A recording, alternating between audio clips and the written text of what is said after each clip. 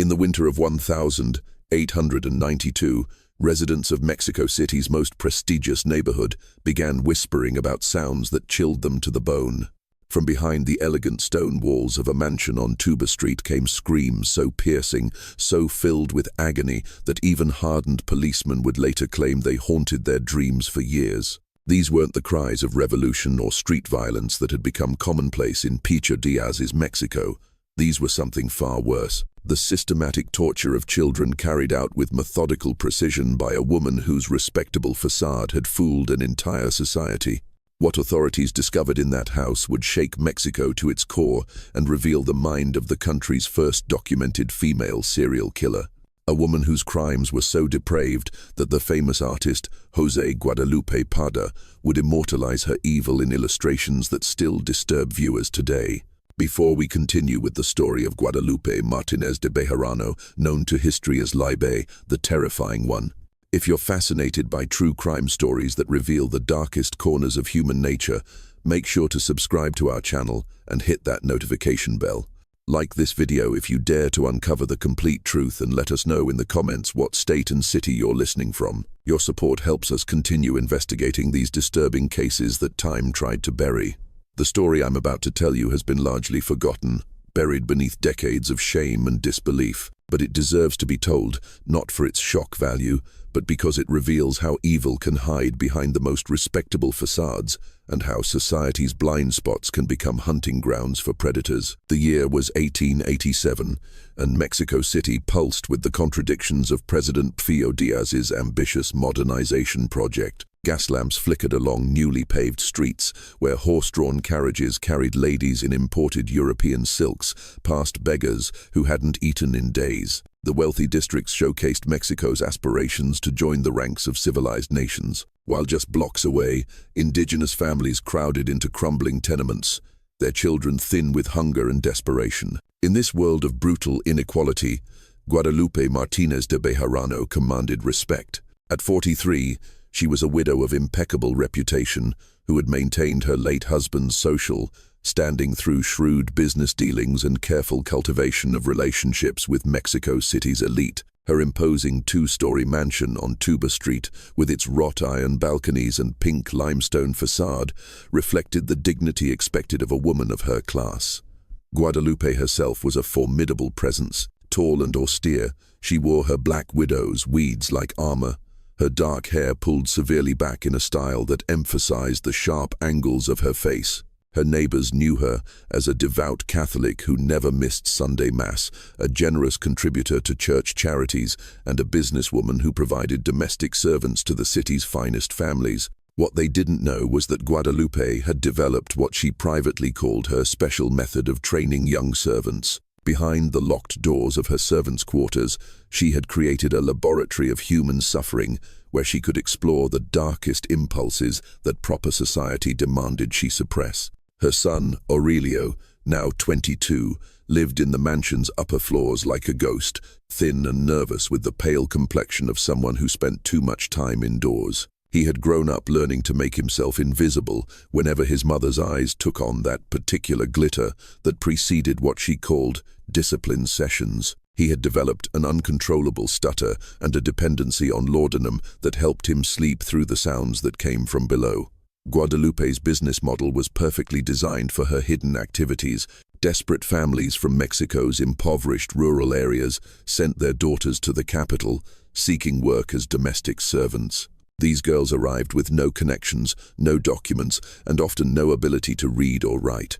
When they disappeared, there was rarely anyone with the social standing to ask uncomfortable questions. But Guadalupe had been careful during her early years of experimentation. She had limited herself to what she called minor corrections, punishments that left no permanent marks, humiliations that could be explained as character building. It wasn't until 1887 that she took the final step into murder. The morning of the 18th of January, 1887 dawned gray and cold over Mexico City. A thin mist rose from the ancient lakebed that still underlaid much of the capital, giving the streets an otherworldly quality that seemed to muffle sound and blur the edges of reality.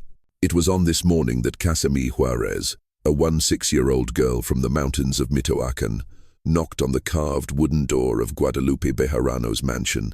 Casimira had traveled for 6 days to reach the capital, carrying everything she owned in a small cloth bundle. Her parents had died in a cholera outbreak the previous year, leaving her with no family and no prospects in her village. The parish priest had given her a letter of recommendation and the address of Señora Bejarano, who was known throughout the region for her charitable work in placing young women in respectable positions. When Guadalupe opened the door, her practiced eye immediately assessed the girl before her. Casimira was exactly what she looked for: young, vulnerable, alone, and bearing that particular expression of desperate gratitude that marked those who had no other options. Her dark hair was neatly braided, her simple dress was clean but patched, and her large eyes held a mixture of hope and fear that Guadalupe found deeply satisfying. "I can see you've been raised properly," Guadalupe said as she examined the priest's letter. Her voice carried the authority of someone accustomed to being obeyed. "Good references are essential in my household. I maintain very high standards." She led Casimir through the mansion's marble-floored halls, past religious paintings and heavy furniture that spoke of old money and conservative values. The girl's room was small but clean, with a narrow bed, a wash basin, and a crucifix on the wall. "You'll find that I treat my servants fairly," Guadalupe explained, "but I expect absolute obedience and discretion. The families I serve demand nothing less." For the first 2 weeks, Casimira's life in the mansion followed a routine that seemed almost pleasant after the hardship she had known. She woke before dawn to help prepare breakfast, spent her mornings cleaning the main rooms, and her afternoons assisting with laundry and mending. Guadalupe watched her constantly, but the girl interpreted this as the natural supervision of a careful employer. What Casimira didn't understand was that she was being studied with the intensity of a scientist observing a laboratory specimen. Guadalupe catalogued every aspect of the girl's behavior: how she reacted to criticism, what made her afraid, how much physical discomfort she could endure before tears appeared in her eyes. She was planning something that required precise knowledge of her subject's breaking points. The transformation began gradually. Guadalupe started finding fault with Casimiro's work: dust that was invisible to anyone else, wrinkles in perfectly smooth linens, food that was somehow inadequately prepared, despite following recipes exactly. The girl would apologize profusely and work harder, which only seemed to intensify her employer's criticism. "I'm beginning to think you're not as well trained as your priest claimed," Guadalupe said one evening, her voice carrying a chill that made Casimira shiver. "Perhaps what you need is more intensive instruction in proper behavior." The punishment started small. Casimira was made to stand motionless in the kitchen for hours, as penance for imaginary infractions. She was denied meals for being clumsy when she stumbled due to exhaustion. She was required to scrub floors on her hands and knees until her palms bled, then criticized for getting blood on the stone. Aurelio, watching from the shadows, felt his stomach clench with familiar dread. He had seen this pattern before with other servants, though never carried so far. When he tried to speak to his mother about her treatment of the girl, Guadalupe's response was swift and terrifying. "I see you've forgotten who maintains this household," she said, her eyes growing cold as winter stone. "Perhaps you'd like to join Casimira in her lessons about respect and obedience." The threat was clear. Aurelio retreated to his room and increased his laudanum dosage, trying to numb himself to what he knew was coming. By February, Casimira's world had become a waking nightmare. What had begun as harsh discipline had evolved into systematic torture designed to break her spirit before destroying her body. Guadalupe had moved beyond simple cruelty into territory that revealed the true extent of her psychological disturbance. The basement of the mansion, originally designed as storage space, had been converted into what Guadalupe privately thought of as her training room. Here, away from any possibility of interference, she could conduct her experiments in human suffering without restraint. Casimira was stripped of her clothes and forced to stand naked in the cold stone room, while Guadalupe circled her like a predator, pointing out each imperfection that required correction. The girl's malnourished body showed every rib, every sharp angle of malnutrition that Guadalupe had deliberately induced through starvation. "You see how ugly you've become?" Guadalupe whispered, her voice carrying an intimacy that was somehow more terrifying than shouting. "This is what happens when servants forget their place. But don't worry, I'm going to help you remember." The brazier that normally heated the mansion's rooms became an instrument of torture. Guadalupe would heat iron implements until they glowed red, then slowly bring them close to Casimira's skin, watching her face contort with terror before the pain even began. The actual contact was brief but precise, designed to cause maximum agony while avoiding burns that might prove immediately fatal. Between torture sessions, Guadalupe would tend to the girl's wounds with medical precision, applying salves that promoted healing just quickly enough to allow the process to be repeated. She had studied anatomy and physiology with the dedication of a physician, learning exactly how much damage the human body could sustain and recover from. The psychological torture was equally methodical. Guadalupe forced Casemi to confess to sins she had never committed, to beg forgiveness for imaginary transgressions, to express gratitude for punishments that pushed her closer to madness. With each passing day, she broke down the girl's sense of reality until Casimira began to believe she truly deserved the suffering being inflicted upon her. Aurelio, trapped in the floors above, tried desperately to maintain his sanity while the sounds of torture echoed through the mansion's walls. He began keeping a journal, scrawling desperate observations in handwriting that grew more erratic with each entry. The 15th of February. "The screaming was worse last night. I tried to cover my ears, but it comes through everything. Mother says it's necessary for the girl's moral improvement, but her eyes, when she says this, God help me. I think she enjoys it." The 22nd of February. Found blood on the stairs leading to the cellar. When I asked about it, Mother smiled and said there had been an accident during cooking lessons. But what kind of cooking lesson requires that much blood? The 28th of February. Haven't seen Casimira in the main house for days. Mother says she's too ill to work, but I hear sounds from below that don't sound like illness. They sound like I can't write what they sound like. The end came in early March, after nearly 6 weeks of systematic torture. Casimira's body, pushed beyond all limits of human endurance, finally surrendered. Her heart simply stopped beating during what Guadalupe had planned as another routine session of correction. When Guadalupe realized her victim was dead, she felt an unexpected mixture of satisfaction and disappointment.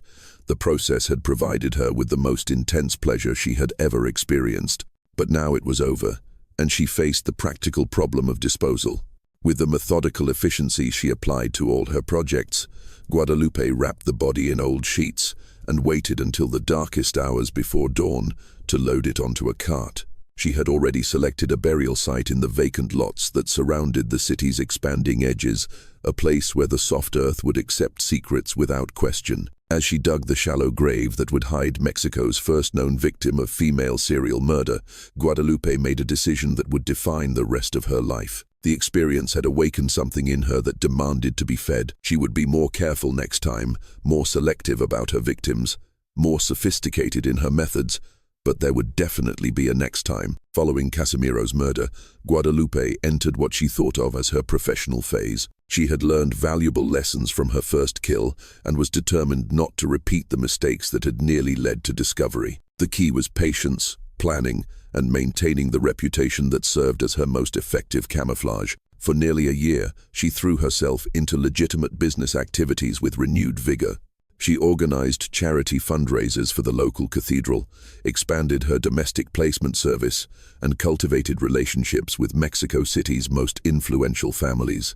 By day, she was the picture of respectable widowhood, devout, industrious, and socially conscious. But her nights were devoted to planning. She studied the social patterns that would help her select ideal victims, researched methods of restraint and torture that would be more efficient than her crude early experiments, and most importantly, developed systems for ensuring that disappearances would generate minimal investigation. She also worked carefully to manage Aurelio's increasing psychological instability. Her son had become dangerously unpredictable, prone to sudden outbursts of weeping and rambling monologues about imaginary sins that required confession.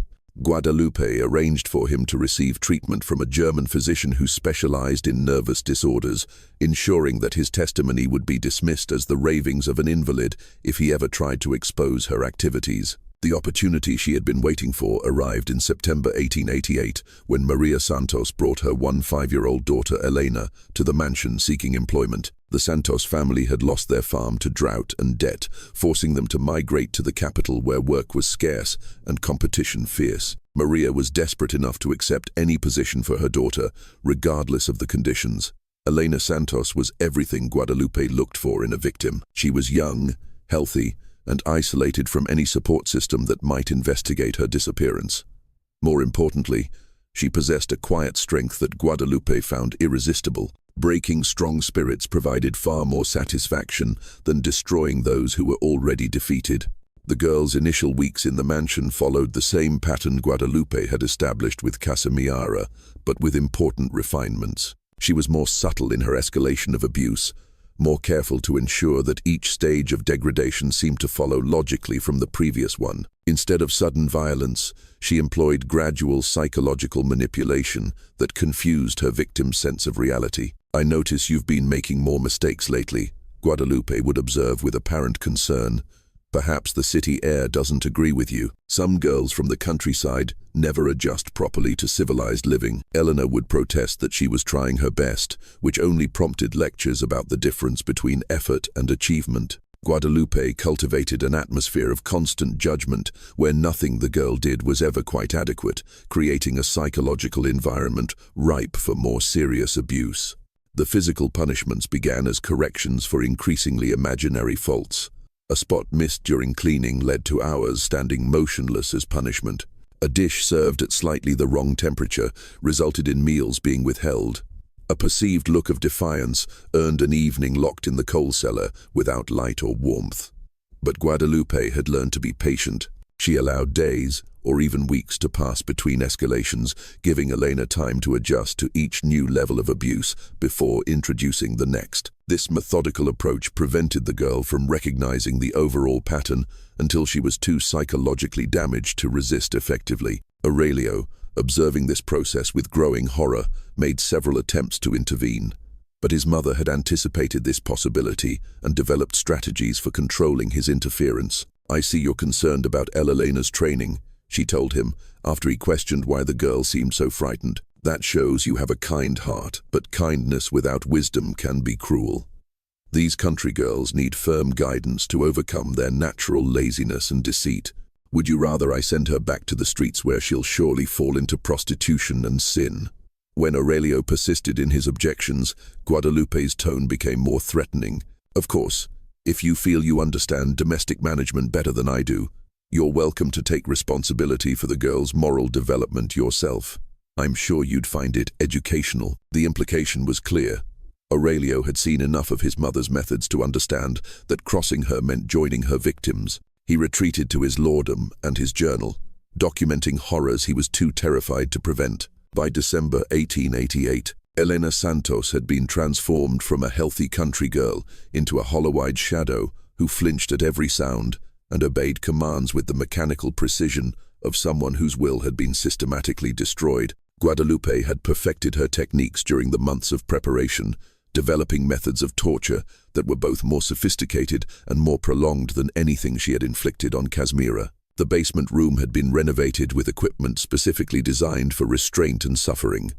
Chains hung from ceiling beams, their iron links worn smooth by struggling hands. A brazier stood in one corner, surrounded by implements that had been heated and cooled so many times their metal had taken on a blue-black patina. Most disturbing of all was a chair-like apparatus that Guadalupe had commissioned from a blacksmith, ostensibly for invalid care, but actually designed to hold a victim motionless while allowing access to every part of their body. Elena's final ordeal lasted 3 days. Guadalupe had planned it with the precision of a theatrical performance, with each act designed to build upon the previous one's psychological and physical devastation. She alternated between periods of intense torture and intervals of false kindness, keeping her victim constantly off balance and unable to predict what would come next. "You see, my dear," Guadalupe explained during one of these brief respites while applying salve to burns that she herself had inflicted hours earlier. "This is all for your own good. Every soul must be purified before it can enter heaven, and some souls require more purification than others." The religious justification was new, a development that showed how Guadalupe had integrated her crimes into a worldview that allowed her to see herself as righteous rather than evil. She had convinced herself that she was performing a sacred service, saving souls through suffering in ways that conventional religion was too squeamish to attempt. When Elena finally died, her heart stopping during a session that Guadalupe had intended to continue for several more hours, the killer felt a frustration that was almost physical in its intensity. The anticipation had been so carefully built, the progression so meticulously planned, that the premature ending felt like artistic failure rather than human tragedy. But she had learned valuable lessons about pacing and methodology. Her next victim would benefit from these improvements, and the experience would be correspondingly more satisfying. The burial followed the same pattern as before, but with additional precautions.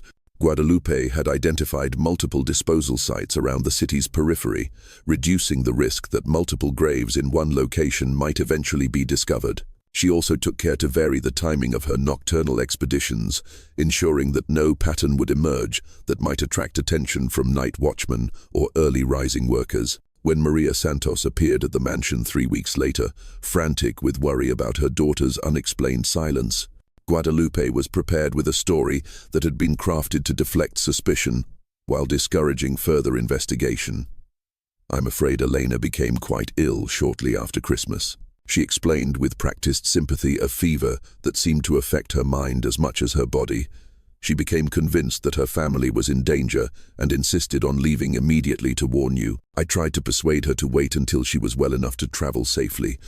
But you know how stubborn young people can be when they're worried about their loved ones. The story was plausible enough to satisfy a desperate mother's need for explanations, and vague enough to make verification impossible. Maria Santos left the mansion believing her daughter was making her way home through Mexico's dangerous countryside, never suspecting that Elena's bones were already being picked clean by scavengers in a shallow grave outside the city. The period between Elena Santos's murder in late 1888 and Guadalupe's next killings in 1892 represented the apex of her criminal sophistication. She had learned to control her impulses, channeling her homicidal urges into careful planning and victim selection while maintaining a public facade that grew more convincing with each passing year.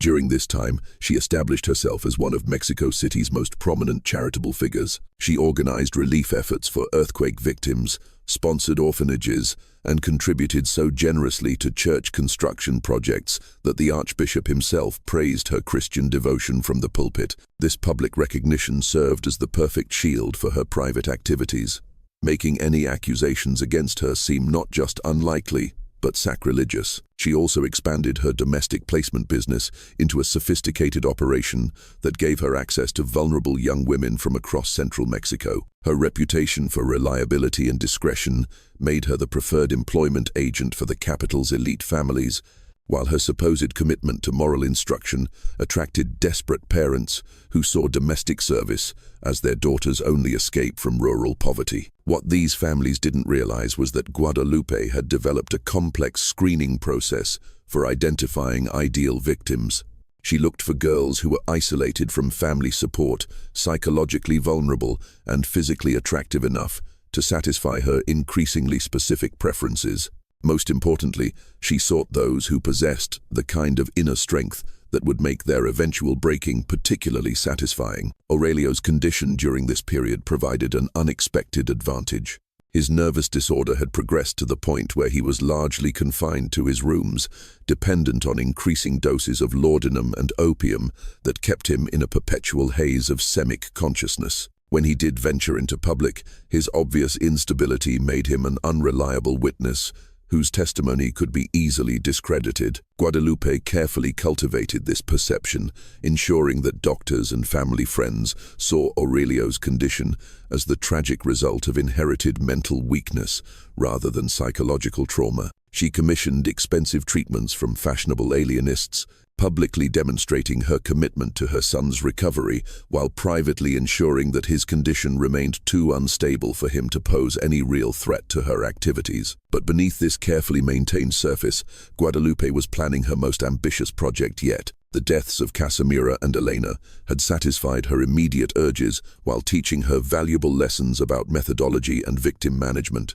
Now she was ready to attempt something far more complex, the simultaneous captivity and torture of multiple victims, a scenario that would allow her to explore new dimensions of psychological manipulation and physical suffering. The opportunity came in the spring of 1892, when Esperanza Vega brought her two younger sisters to Mexico City, seeking domestic positions. The Vega family had been destroyed by a combination of crop failure and political violence in their home state of Hidalgo, leaving Esperanza responsible for her sister's survival at the age of just 19. Guadalupe interviewed all three girls with the careful attention of someone evaluating precious acquisitions. Esperanza was tall and strong, with the kind of determined dignity that Guadalupe found irresistible in victims. Carmen, 17, was quieter and more obviously frightened, while 5-year-old Rosa displayed a quick intelligence that suggested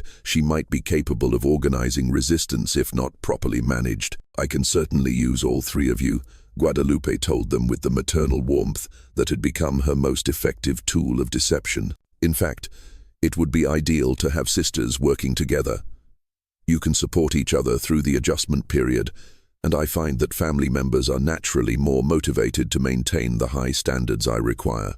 What she didn't tell them was that she had been planning for exactly this scenario, developing techniques that would allow her to use family bonds as instruments of torture rather than sources of strength. Just when we thought we'd seen the depths of Guadalupe Bejarano's depravity, the horror in Mexico City intensifies beyond imagination. If this story is giving you chills, share this video with a friend who loves dark mysteries. Hit that like button to support our content. And don't forget to subscribe to never miss stories like this. Let's discover together what happens when a monster realizes that destroying one soul at a time simply isn't enough to satisfy her appetite for suffering. The arrival of the Vega sisters marked the beginning of Guadalupe's most sophisticated and prolonged campaign of torture. Having learned from her previous experiences, she now understood that the key to maximum satisfaction lay not in the speed of destruction, but in the careful cultivation of despair over extended periods. For the first month, all three sisters were treated with the apparent kindness that had become Guadalupe's trademark. They were given adequate food, reasonable work assignments, and even small privileges like occasional afternoons off to explore the city together. This period of false security was crucial to Guadalupe's overall strategy. She needed her victims to develop emotional attachments to their situation before she began to systematically destroy everything they valued. The psychological manipulation began subtly with Guadalupe, gradually introducing divisions between the sisters. She would praise one girl's work while criticizing another's for identical performance. She created situations where the sisters had to compete for privileges, fostering resentment and suspicion where there had previously been solidarity. "I've noticed that Rosa seems to be adjusting better than her sisters," she would observe to Esperanza during their private conversations. "Some people are naturally more suited to civilized living. Perhaps Carmen would benefit from spending more time with me personally, learning the refinements that come so naturally to Rosa." These seemingly innocent comments were designed to plant seeds of guilt and anxiety that would later bloom into full psychological torment. Esperanza began to second-guess her decision to bring her sisters to Mexico City, while Carmen developed a desperate need to prove herself worthy of approval. By June 1892, Guadalupe had successfully isolated each sister psychologically while maintaining their physical proximity. They shared the same quarters, but no longer trusted each other completely, each secretly believing that she might be failing to meet standards that her sisters were somehow managing to achieve. This was when Guadalupe introduced the basement room to her new victims. The basement that had served as Elena Santos's final prison had been extensively modified during Guadalupe's years of planning. She had commissioned new equipment that allowed for more precise restraint and positioning, invested in medical instruments that enabled more controlled infliction of pain, and most importantly designed the space to accommodate multiple victims simultaneously. The room now contained 3 of the chair-like restraint devices, positioned so that each occupant would have a clear view of the other's suffering. This arrangement was central to Guadalupe's evolved methodology. She had discovered that forcing victims to witness each other's torture multiplied the psychological impact exponentially, while providing her with multiple sources of stimulation during each session. The first time the Vega sisters were brought to the basement, Guadalupe maintained the pretense that this was simply another form of household instruction. "I've prepared a special training program for you," she explained with the calm authority that her victims had learned to fear. "Some aspects of proper service require more intensive instruction than others. This room has been designed specifically for that purpose." The sisters were secured in the restraint chairs without being harmed, allowed to experience the helplessness of their position, while Guadalupe explained her expectations with the patient tone of a teacher addressing particularly slow students. The most important quality in a domestic servant is absolute obedience. She began walking slowly around the room so that each girl had to strain to keep her in sight. Obedience requires understanding, and understanding sometimes requires experiences that may seem unpleasant at first, but I promise you that everything that happens in this room will ultimately be for your benefit. She then demonstrated the room's capabilities by inflicting relatively minor punishments on each sister in turn. Brief applications of heated implements that caused pain without permanent damage.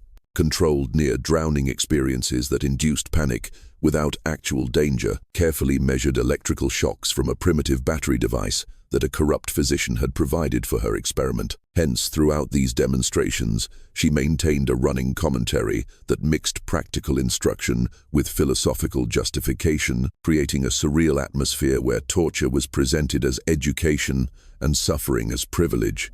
"You see, Carmen, how your resistance only makes this more difficult for everyone," she would observe while applying burning metal to the girl's shoulder. "And notice, Rosa, how your sister's selfishness is preventing me from moving on to more pleasant activities. Perhaps you'd like to encourage her to be more cooperative."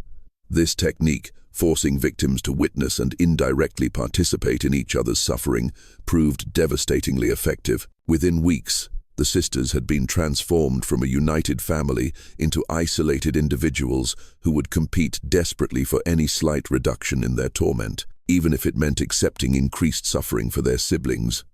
Esperanza, as the eldest, suffered the additional torment of feeling responsible for her sister's situation. Guadalupe exploited this ruthlessly, frequently reminding the girl that Carmen and Rosa were suffering because of her decision to bring them to Mexico City. "This could all stop so easily," Guadalupe would whisper during the extended sessions that became routine evening entertainment. "All you have to do is ask me to transfer their punishments to you. I'm sure they would appreciate such sisterly devotion." When Esperanza inevitably made this sacrifice, Guadalupe would accept it temporarily, before announcing that the other sisters needed to share responsibility for their eldest sister's suffering. The psychological maze she constructed had no exit. Every choice led to greater pain. Every gesture of love became a weapon for inflicting additional torment. By late 1892, even Guadalupe's considerable skill at maintaining appearances was being strained by the intensity of her activities. The systematic torture of 3 victims simultaneously required enormous amounts of time and energy, leaving her frequently exhausted and occasionally careless about maintaining her public facade. Aurelio, despite his heavily drugged condition, had begun to notice changes in his mother's behavior that frightened him more than her previous cruelties. She had started talking to herself during meals, conducting conversations with invisible participants about techniques and improvements. She had lost weight dramatically. Her eyes had taken on a feverish brightness, and she sometimes forgot to maintain the careful grooming that had always been central to her public image. Most disturbing of all, she had begun to invite him to observe her work. "I think you're old enough now to understand what I've been trying to accomplish," she told him one evening in December. "Your education has been incomplete without exposure to the realities of human nature.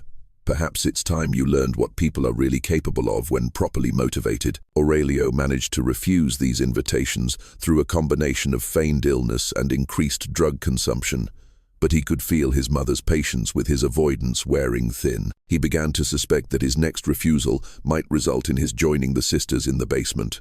This fear prompted him to take the first decisive action of his adult life. Using lucid intervals between drug doses, he began to document everything he had observed over the years of his mother's criminal activities. His journal entries became more detailed and specific, focusing on times, dates, and descriptions that could serve as evidence if he ever found the courage to present them to authorities. The 15th of December, 1892, heard 3 distinct voices screaming from the basement last night. Mother says she has only taken on 2 new servants, but I know what I heard. She also stayed down there until nearly dawn, far longer than any legitimate household instruction would require. The 20th of December, 1892, found blood-stained clothing in Mother's room while looking for additional laudanum. When I asked about it, she smiled and said she had been helping with medical instruction for the servants. But what kind of medical instruction requires that much blood? The 28th of December, 1892. Mother asked me again to join her in the basement. When I refused, she said that I was old enough to take on adult responsibilities whether I wanted to or not. I think she means to force me to participate in whatever she's doing down there. The crisis that would ultimately expose Guadalupe's crimes began on New Year's Day, 1893, when a routine visit from the parish priest nearly resulted in discovery. Father Miguel Herrera had come to deliver Guadalupe's annual charitable contribution receipt and discuss plans for the upcoming Lenten season. But his visit coincided with one of her extended basement sessions. The priest was kept waiting in the main parlor, while Guadalupe frantically tried to conclude her activities and make herself presentable, but the sounds echoing from below the house were too loud and too obviously distressing to be explained away as normal household activities. Senora Bejarano, Father Herrera asked with obvious concern, "Is someone ill in your household? Those sounds suggest someone is in considerable distress." Guadalupe's explanation that one of her servants was suffering from a fever that caused delirium satisfied the priest temporarily, but his suspicions had been aroused. As Mexico City's most prominent charitable lady, Guadalupe was accustomed to clerical visits, but she had never before seemed so agitated or eager to conclude their meetings. Father Herrera began making subtle inquiries among his parishioners about the Bejarano household. What he learned troubled him deeply. Several neighbors reported that the sounds from the mansion had grown increasingly disturbing over the past months. The usual complaints about domestic discipline had evolved into something far more serious. Screams that lasted for hours, the smell of burning flesh that occasionally drifted from the property's windows, and the complete absence of the young servants who were supposedly living there. More damaging still was the testimony of tradesmen who had done business with the household. A blacksmith reported being commissioned to create restraining devices that seemed far more elaborate than anything required for managing difficult servants. A physician admitted to providing Guadalupe with medical instruments and drugs that had no legitimate domestic use. Most disturbing of all, several shopkeepers noted that Guadalupe's purchases of food had decreased dramatically despite her claims of maintaining a larger household staff. As winter deepened into the early months of 1893, Guadalupe's activities reached a crescendo of depravity that pushed even her considerable capacity for cruelty into uncharted territory. The systematic torture of the Vega sisters had continued for over 6 months, transforming them from healthy young women into broken shadows who existed in a state of constant terror. Esperanza, who had once been the family's protector and decision-maker, now spent her days in a catatonic state, broken only by periods of violent hysteria when she was subjected to fresh torments.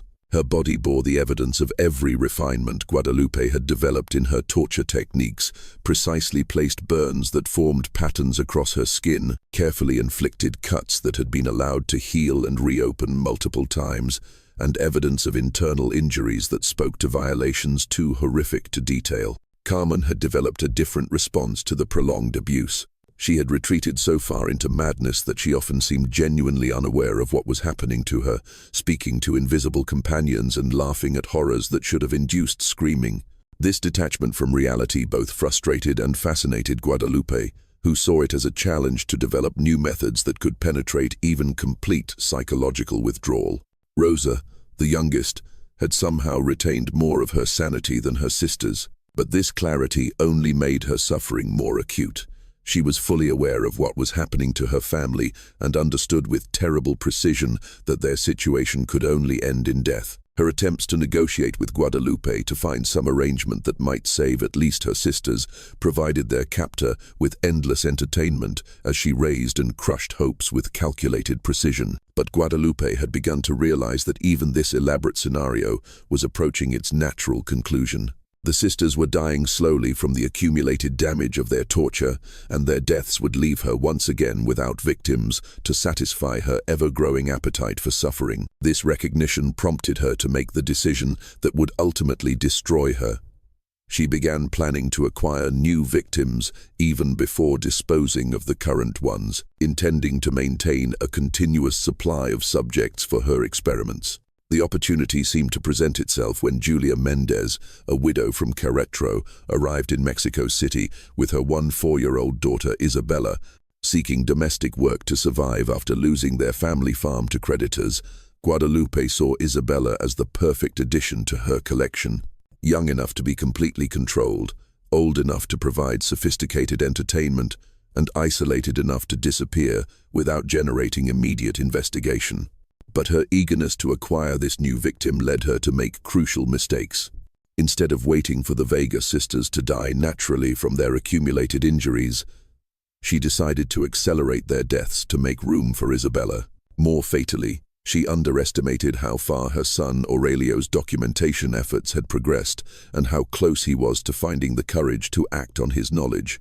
The night of the 14th of February, 1893 marked the end of Guadalupe Bejarano's career as Mexico's most successful serial killer. She had planned what she intended as the final session with the Vega sisters, a culminating experience that would eliminate them while providing maximum satisfaction before she began working with Isabella Mendez. But Aurelio, fortified by a combination of laudanum-induced courage and desperate terror about his own fate, had made a decision that would change everything. During the weeks of planning, he had been secretly communicating with Father Herrera, providing the priest with detailed information about his mother's activities while begging for protection from the consequences of his revelations. The evidence he provided was overwhelming. His journals contained precise dates and descriptions of torture sessions, victim acquisitions, and body disposals that went back years. He had sketched the layout of the basement torture chamber, documented the location of burial sites outside the city, and most damning of all, provided testimony about his mother's psychological state that painted her as a methodical sadist rather than a woman driven temporarily insane by grief or circumstance. Father Herrera, horrified by these revelations, but uncertain how to proceed without endangering Aurelio, had spent weeks consulting with church authorities and civil officials. The problem was that Guadalupe's social standing made accusations against her extremely dangerous to pursue without absolutely ironclad evidence. A failed prosecution would destroy not only Aurelio, but anyone involved in bringing charges. The solution came when Aurelio agreed to help authorities gather direct evidence by facilitating access to the basement during one of his mother's torture sessions. On the night of the 14th of February, while Guadalupe was conducting what she intended as the Vega sisters' final ordeal, Aurelio unlocked the mansion's rear entrance and guided a small group of investigators directly to the basement door. What they found exceeded even the horrific expectations created by Aurelio's testimony. The basement chamber that investigators entered on that February night would haunt their memories for the rest of their lives. The scene that greeted them was so far beyond normal human experience that several officers immediately vomited, while others had to be physically restrained from attacking Guadalupe on sight. The three Vega sisters were secured in their restraint chairs, their bodies bearing evidence of torture so systematic and prolonged that determining the full extent of their injuries would require weeks of medical examination. Esperanza was unconscious, her breathing so shallow that doctors would later express amazement that she had survived this long. Carmen was awake but completely unresponsive, staring at nothing while tears streamed down her face. Rosa, despite her terrible condition, was still alert enough to attempt communication with her rescuers, though the words she whispered were largely incoherent pleas for death rather than salvation. But it was Guadalupe herself who provided the most chilling aspect of the scene. When the investigators burst into the room, they found her calmly continuing her work, showing no surprise or concern at their arrival. She was dressed in what appeared to be a ceremonial version of her usual black clothing, and her manner suggested someone who had been expecting this interruption. "Gentlemen," she said with perfect composure, while still holding instruments of torture, "I assume you have proper authorization for this intrusion into my private household affairs." Her reaction, or lack thereof, revealed the depth of her psychological detachment from normal human responses. She seemed genuinely unable to understand why her activities might be considered criminal, referring to the torture sessions as moral instruction and the victims as students who required intensive guidance. The physical evidence found in the basement supported every detail of Aurelio's testimony, while revealing additional horrors that he had been too traumatized to document fully. The investigators discovered detailed records that Guadalupe had kept of her torture techniques, including drawings and notes that showed she had been systematically experimenting with different methods of inflicting pain. They found medical instruments that had been modified for torture purposes, restraining devices that demonstrated sophisticated understanding of human anatomy, and most disturbing of all, a collection of personal items taken from victims that served as trophies of her conquests. But perhaps the most damaging evidence was the journal entries that revealed Guadalupe's complete awareness of her crimes, nature, and their impact on her victims. Far from being driven by temporary insanity or uncontrollable impulses, she had planned and executed her torture sessions with the methodical precision of a scientist conducting experiments. The 15th of October, 1892. The eldest sister's resistance continues to provide excellent opportunities for demonstrating consequences to the younger ones. Pain shared among family members seems to multiply exponentially, rather than merely adding together. This technique should be refined further. The 3rd of November, 1892, discovered that the middle sister's psychological withdrawal can be temporarily reversed through specific applications of threat to her siblings. The human capacity for protective instinct appears to override even severe mental damage under proper conditions. The 12th of December, 1892, beginning to plan final phases for current subjects. Their deterioration has reached the point where continued experimentation yields diminishing returns. New acquisitions will be necessary soon. The arrest of Guadalupe Martinez de Bejarano on the 15th of February, 1893, created a sensation that eclipsed every other news story in Mexico. For the first time in the nation's history, authorities had uncovered evidence of serial murder committed by a woman, and not just any woman, but one of Mexico City's most respected charitable figures.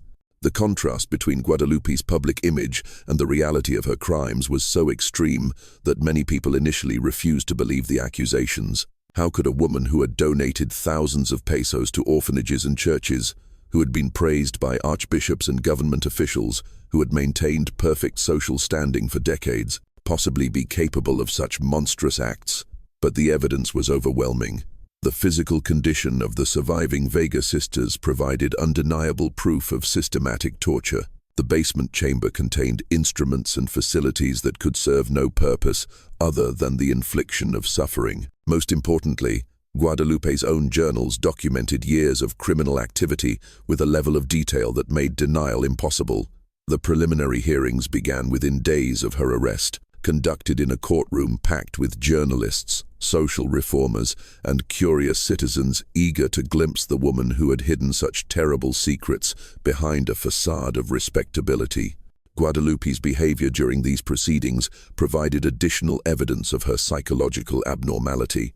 She showed no remorse for her crimes, no concern for her victims' suffering, and no apparent understanding of why her actions were considered criminal. When asked to explain her torture of the Vega sisters, she responded with the patience of a teacher, addressing particularly slow students. "These girls came to me as ignorant country peasants with no understanding of proper behavior or moral responsibility," she explained in a calm, reasonable tone. "Through intensive instruction, I was helping them achieve spiritual purification that would benefit them in this life and the next. The fact that this process involved some temporary discomfort was regrettable but necessary." Her complete inability to recognize her victims as human beings with rights and dignity revealed the extent of her psychological pathology. To Guadalupe, the girls she had tortured were not people but objects to be manipulated for her satisfaction, their suffering merely a byproduct of what she saw as legitimate experimentation. The prosecution, led by Mexico's most prominent criminal attorney, presented a case that was both comprehensive and horrifying. They documented not only the immediate crimes against the Vega sisters, but also the previously unknown murders of Casimiro Juarez and Elena Santos, supported by Aurelio's testimony and physical evidence recovered from burial sites that Guadalupe's journals had revealed. Medical experts testified about the sophisticated nature of the torture techniques, emphasizing that the precision and variety of methods used demonstrated extensive planning and knowledge of human anatomy. They noted that Guadalupe had clearly studied the effects of prolonged suffering, developing techniques that maximized pain while avoiding immediate death. Most damaging of all was the testimony of church officials who had been investigating reports about the Bejarano household for months before the final discovery. Their evidence showed that Guadalupe's crimes had been an open secret among Mexico City's elite, hidden not by lack of knowledge, but by unwillingness to confront uncomfortable truths about someone whose social standing made her seem above suspicion. While the legal proceedings unfolded, Guadalupe's story captured the attention of José Guadalupe Parda, Mexico's most famous popular artist. Parda, known for his illustrations of current events and social commentary, saw in the Bejarano case a subject that demanded his particular talents for revealing the hidden darkness beneath surface respectability. Working from courtroom sketches and witness testimony, Posada created a series of engravings that captured both the horror of Guadalupe's crimes and the social conditions that had enabled them. His illustrations showed not just the physical aspects of torture, but the psychological dynamics that had allowed such systematic cruelty to continue undetected for years. The most powerful of these works depicted Guadalupe in her basement chamber, surrounded by instruments of torture, while her victims suffered in the background. But what made the image truly disturbing was Parda's decision to show her as perfectly composed and elegantly dressed, emphasizing the contrast between her civilized appearance and her monstrous actions. These illustrations were widely distributed throughout Mexico and beyond, ensuring that Guadalupe's story would become permanently embedded in popular consciousness. They also served an important social function by forcing viewers to confront the reality that evil could hide behind any facade, no matter how respectable or socially acceptable. The trial of Guadalupe Martinez de Bejarano concluded in September 1893 with a verdict that satisfied few observers, but reflected the legal limitations of the era. She was found guilty of 2 counts of murder in the first degree and multiple counts of torture and assault, but the death penalty that many demanded was not imposed. Instead, she received a sentence of 10 years and 8 months in prison, a punishment that was widely criticized as inadequate for the magnitude of her crimes. The relatively light sentence reflected both the legal system's inexperience with serial murder cases and the continued influence of social attitudes that made it difficult to impose maximum penalties on women, even those guilty of the most serious crimes. Aurelio, despite his cooperation with authorities, was sentenced to 2 years in prison for complicity in his mother's crimes. The court recognized that his fear and psychological damage had prevented him from acting sooner, but maintained that he bore some responsibility for failing to report murders that he had witnessed over a period of years. The surviving Vega sisters faced a more complex form of justice. Esperanza died within weeks of her rescue, her body finally succumbing to the accumulated damage of months of torture. Carmen and Rosa survived physically, but remained permanently damaged, psychologically requiring institutional care for the rest of their lives. Guadalupe was imprisoned in the notorious Cárcel de Belén, where her reputation preceded her. The other inmates, many of whom had committed violent crimes themselves, were so horrified by the nature of her offenses that she was forced to live in solitary confinement for her own protection. Even in prison, she maintained her belief that her actions had been justified and necessary. Guards reported that she spent her days writing in new journals, developing theories about human nature and moral improvement that built upon her years of experimentation with torture victims. Guadalupe's prison experience proved that even the most sophisticated predators eventually face consequences for their actions. The other inmates at Carril Dillon might have been prostitutes, thieves, and murderers, but they drew the line at child torture. Word of her crimes had spread through the prison community, creating a level of hatred that made her daily existence a form of torture itself. She was forced to remain in her cell for 23 hours each day, emerging only for supervised walks in a small courtyard where she was subjected to a constant barrage of threats, curses, and projectiles thrown by other prisoners. The guards, many of whom had families of their own, made little effort to protect her from this harassment. But perhaps the most fitting aspect of her punishment was the way it stripped away the social standing that had been so crucial to her crimes. In prison, her former reputation as a respectable lady meant nothing. She was just another criminal, and one whose particular crimes marked her as the lowest form of life in the prison hierarchy. Her health began to deteriorate rapidly under these conditions.